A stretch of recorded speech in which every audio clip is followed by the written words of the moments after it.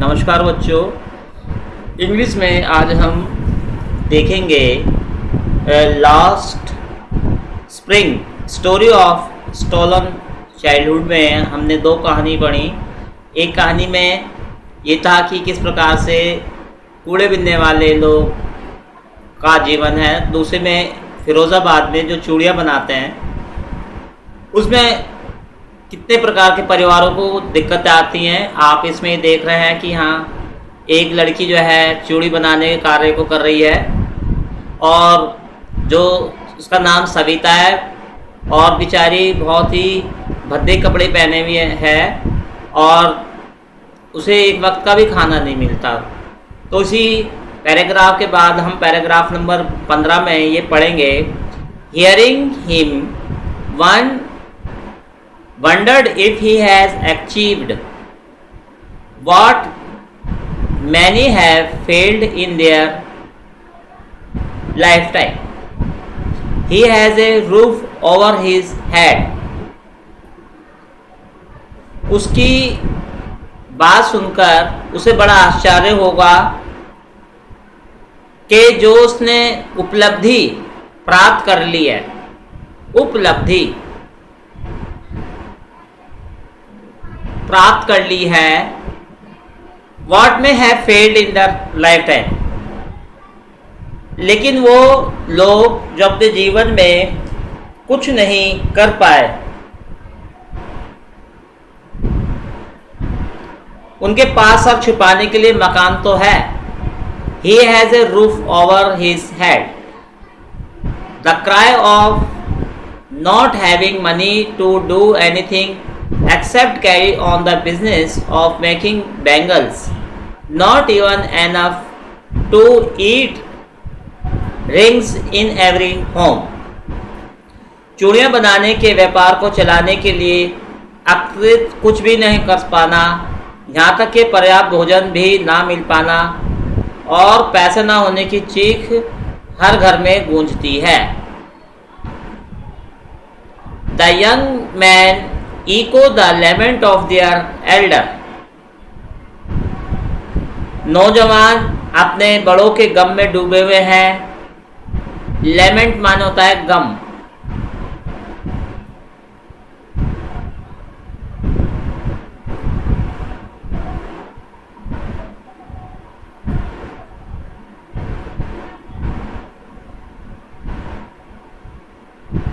Little has moved with the time, it seems in Firozabad. Years of mind numbing toil have killed all the intellect and the ability of dream. और ऐसा प्रतीत होता है कि फिरोजाबाद में समय के साथ कुछ भी नहीं बदला। वर्षों से मस्तिष्क को सुन्न करने वाले कठोर परिश्रम ने पहल और सपने देखने की क्षमता को समाप्त कर दिया। तो यहाँ पे है माइंड। नंबिंग का मतलब होता है सुन कर देना, सुन।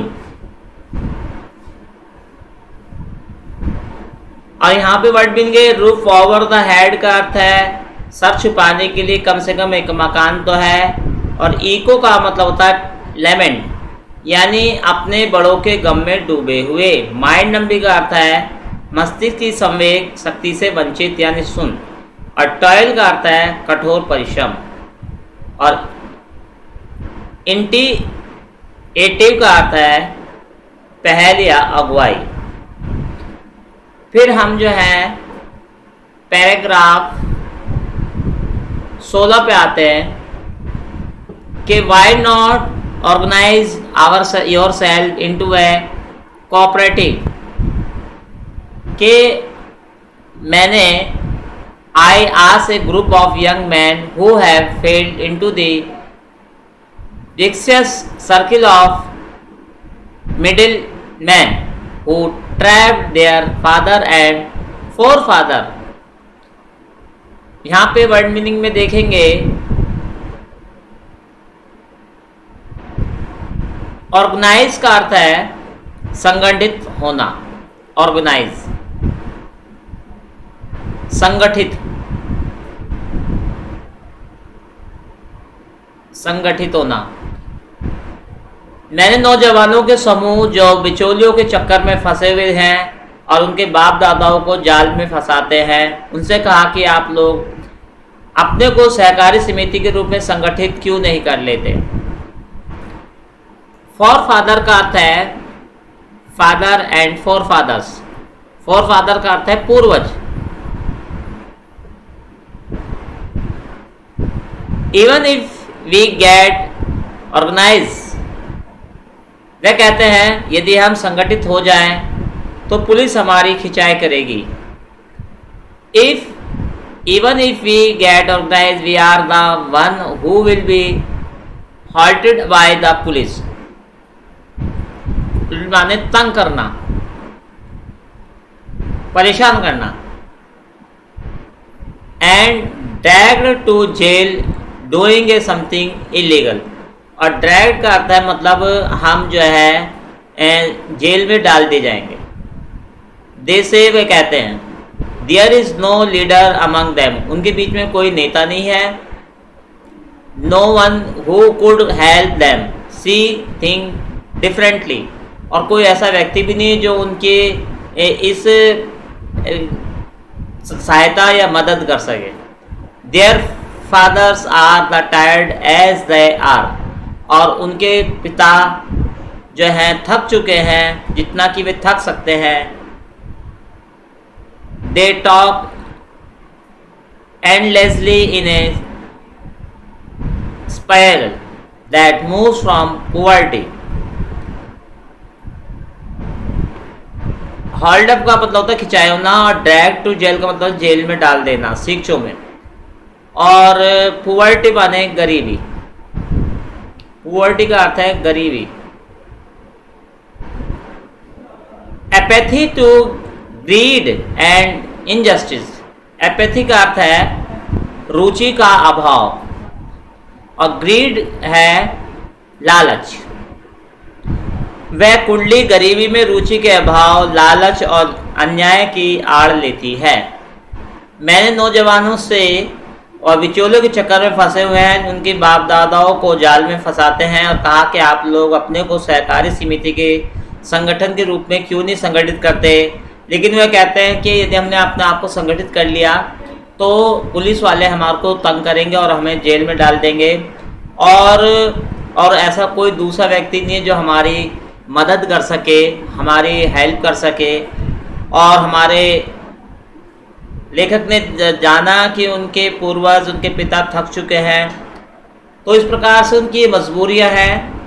अब आगे देखते हैं पैराग्राफ नंबर 17 में। लिसनिंग टू दैम, उनकी बात सुनकर आई सी टू डिस्टिंक्ट वर्ड। तो मैंने दो अलग प्रकार के जो हैं शब्दों को सुना। उनकी बातें सुनकर मैं I see two distinct worlds. Worlds माने दुनिया। मैं उनकी बातों को सुनकर, उनके शब्दों को सुनकर मैंने देखा कि ये अलग अलग दुनिया है, और जो one of them family caught in a web of poverty. Web of poverty का मतलब है गरीबी का जाल।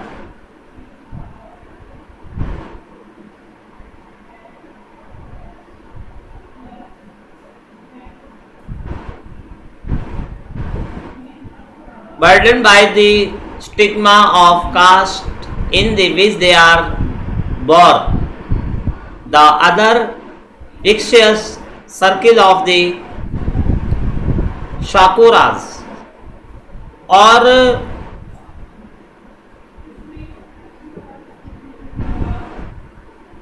जो गरीबों के जाल में फंसी, जो जाति जिनमें वे पैदा हुए हैं के कलंक के बोझ से दबी हुई है। दूसरी दुनिया साहूकारों और बिचौलियों और पुलिस और जो कानून के रखवाले हैं, सरकारी अधिकारी और राजनीतिक का एक ऐसा चक्र है। Middle man and policeman. साहूकार,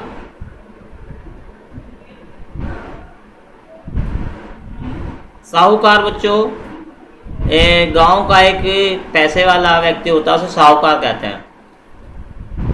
of law the bureaucrats. Bureaucrats का अर्थ है सरकारी अधिकारी, सरकारी लॉबी, सरकारी वर्ग, सरकारी वर्ग।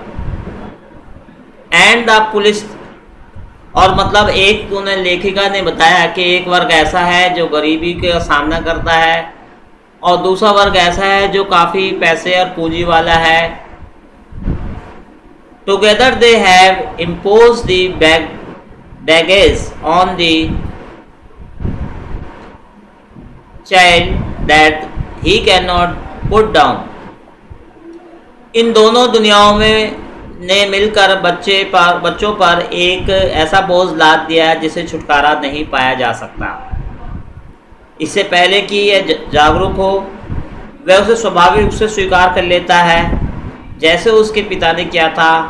ऐसा अन्य कार्य करने का कोई दुस्साहस करना होगा। Before he is aware he accept the naturally is his a father.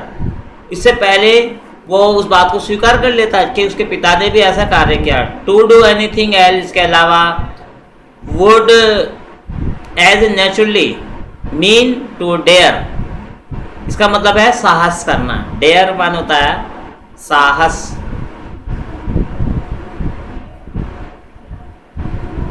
And daring not part of is a growing when I send off a flash in a Mukesh. और उससे वो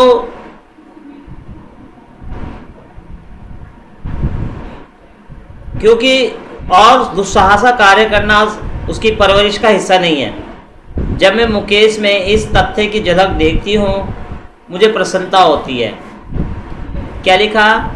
मुकेश आई एम चेयर्ड माने प्रसन्नता। I want to be a motor mechanic, जो एक motor mechanic बनना चाहता है। ही रिपीटेड, उसने अपनी बात कही। He will go to garage and learn. वो कारखाने के गैरेज में जाएगा और वहाँ कुछ सीखेगा। But the garage is a long way from the home. लेकिन वह गैराज में जाएगा और काम सीखेगा, पर गैराज उसके घर से बहुत दूर है। वह दृढ़तापूर्वक कहता है कि मैं पैदल जाऊंगा। I will walk. Instead do you also dream flying A plan. क्या तुम हवाई जहाज उड़ाने का सपना देखते हो? He is suddenly silent. वो अचानक चुप हो गया। नो नहीं, ही से वो कहता है staring at the ground in his small murmur there is a embarrassment that has not yet turned into regret। कि वो कहता है कि वह कारों के सपने से संतुष्ट है जिसको वह अपने कस्बों की गलियों में बहुत तेज़ गति से दौड़ाता हुआ देखता है। फिरोजाबाद के ऊपर हवाई जहाज ना उड़ने के बराबर है। तो he is content to dream. He is content to dream. Of course, he sees hurtling down the street of his town. Few aeroplanes fly over Firozabad. तो क्या वह भूमि को निहारते हुए कहता नहीं? उसकी एक छोटी गुनगुनाहट में शर्म की भावना है जो खेत में परिवर्तित नहीं हुई है। वह कारों के सपने से संतुष्ट है। नो से starring ground, a small murmur, there is an embarrassment that has not yet turned। embarrassment का अर्थ है शर्म होने की भावना, शर्मीलेपन की भावना।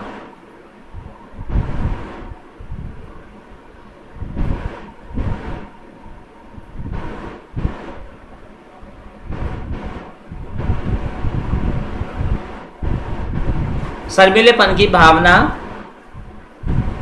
और जिनको वह कस्बे की गलियों में बहुत तेज़ गति से दौड़ाता देखता है। फिरोजाबाद के ऊपर हवाई जहाज़ ना उड़ने के हवाई जहाज़ ना के बराबर उड़ते हैं। तो कहने का मतलब है कि लेखक ने बताया कि किस प्रकार से चूड़ी बनाने वालों के जीवन यापन चलता है, उनकी क्या क्या परेशानियां हैं। तो यहाँ पे ये आपका पार्ट कंप्लीट हो गया बच्चों। इसमें जो 2 लाइन और हैं वो यही थी कि he is content to dream of cast that is hurtling down to street of this town, few aeroplanes fly over Firozabad, के कुछ ही जहाज़ फिरोज़ाबाद से उड़ते हैं। तो बच्चों ये आपका पूरा कंप्लीट हो गया पार्ट सेकंड ये, और इसका कार्य आपको बाद में भेज जाएगा। धन्यवाद।